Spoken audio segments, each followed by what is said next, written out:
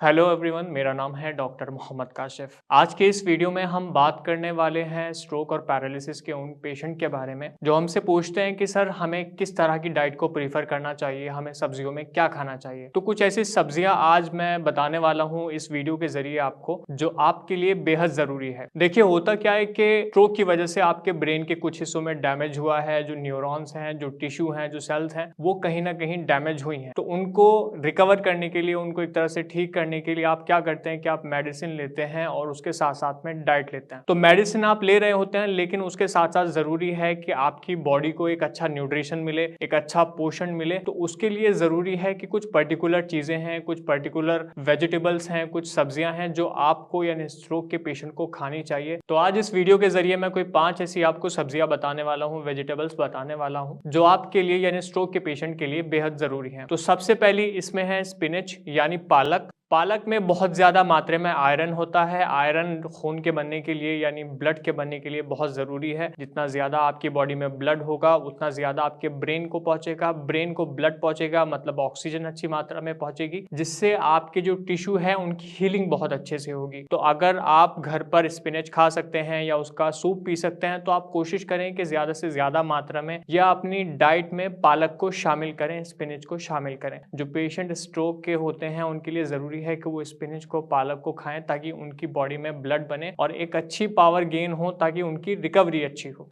दूसरी जो वेजिटेबल है व्यूवर्स, वो है हमारी कैरेट यानी गाजर। गाजर बहुत ज़रूरी है किसी भी स्ट्रोक के पेशेंट के लिए, क्योंकि गाजर में भरपूर मात्रा में विटामिन होते हैं जो शरीर के लिए बेहद ज़रूरी हैं, और वो विटामिन होते हैं जो किसी स्ट्रोक के पेशेंट के लिए बेहद ज़रूरी हैं, जो कि उनकी हीलिंग में, प्रॉपर हीलिंग में, यानी जो ब्रेन के टिश्यूज़ हैं उनकी हीलिंग में जो है वो मदद करते हैं। तो कोशिश करें कि अपनी डाइट में किसी भी तरह से आप गाजर को शामिल करें, ताकि गाजर में जो विटामिन हैं वो आपको मिल पाए, आपकी बॉडी को मिल पाए, एक अच्छा न्यूट्रिशन आपकी बॉडी को मिल पाए और आपकी जो बॉडी है वो जल्दी से हील हो। बेसिकली आपका जो ब्रेन है वो अच्छे से हील होने लगे, प्रॉपर्ली हील होने लगे। तीसरी जो वेजिटेबल है व्यूवर्स, वो है मशरूम। देखिए, जो पेशेंट नॉनवेज नहीं खा सकते हैं, जो प्रीफर नहीं करते हैं नॉनवेज को खाना, उनके लिए सबसे अच्छा ऑप्शन जो है वो है मशरूम। मशरूम जो है वो प्रोटीन से बहुत ज़्यादा मात्रा में भरपूर होता है। तो किसी भी स्ट्रोक के पेशेंट के लिए कि जिनका स्ट्रोक की वजह से पैरालाइज हो गया है, या मैं कहने लगूं कि उनकी जो एक हिस्सा है बॉडी का वो बहुत ज़्यादा कमज़ोर हो गया है, वीक हो गया है, बॉडी वीक हो गई है, तो उनके लिए ज़रूरी है कि वो एक प्रोटीन रिच डाइट लें, जिससे वो अपनी बॉडी को ज़्यादा से ज़्यादा पावर दे सकें, ज़्यादा से ज़्यादा एनर्जी दे सकें, और उनकी जो ब्रेन सेल्स है उनकी रिकवरी जल्दी हो सके, उनके न्यूरॉन की रिकवरी जल्दी हो सके, ताकि उनका जो ब्रेन है वो प्रॉपरली काम करने लगे, उनकी जो वीकनेस है वो बहुत ज़्यादा कम हो जाए। तो कोशिश करिए कि आप मशरूम का सूप पिएं या मशरूम को सीधा अपनी डाइट में शामिल करें। चौथी जो सब्जी है व्यूअर, वो है जिंजर और गार्लिक यानी लहसुन और अदरक। लहसुन और अदरक में बहुत ज़्यादा मात्रा में एंटीऑक्सीडेंट मिलते हैं और कुछ ऐसी प्रॉपर्टीज भी होती हैं जो आपके कोलेस्ट्रॉल को मेंटेन करते हैं। कोलेस्ट्रॉल जो आपकी मेन वजह बना है, मान लीजिए कि आपके स्ट्रोक की मेन वजह बना है कि आपका कोलेस्ट्रॉल का लेवल बहुत ज़्यादा था, आपकी कोई नस ब्लॉक हो गई जिस वजह से आपको स्ट्रोक आ गया और आपके ब्रेन के टिश्यू डैमेज हो गए।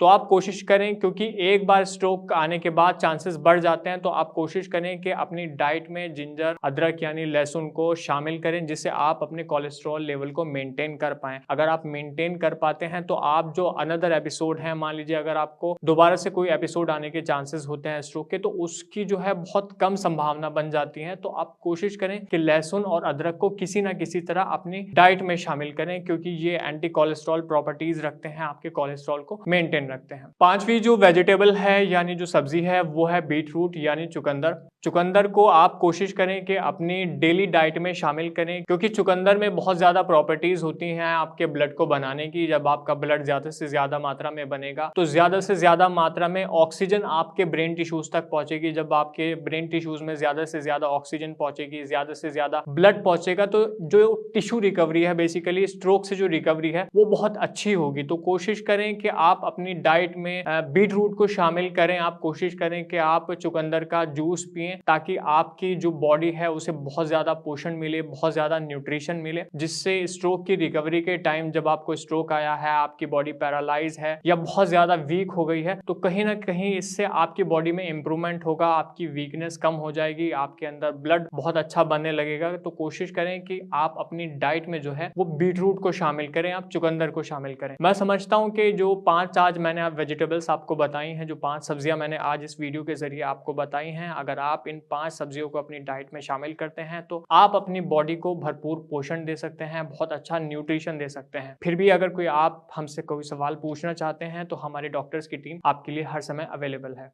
धन्यवाद।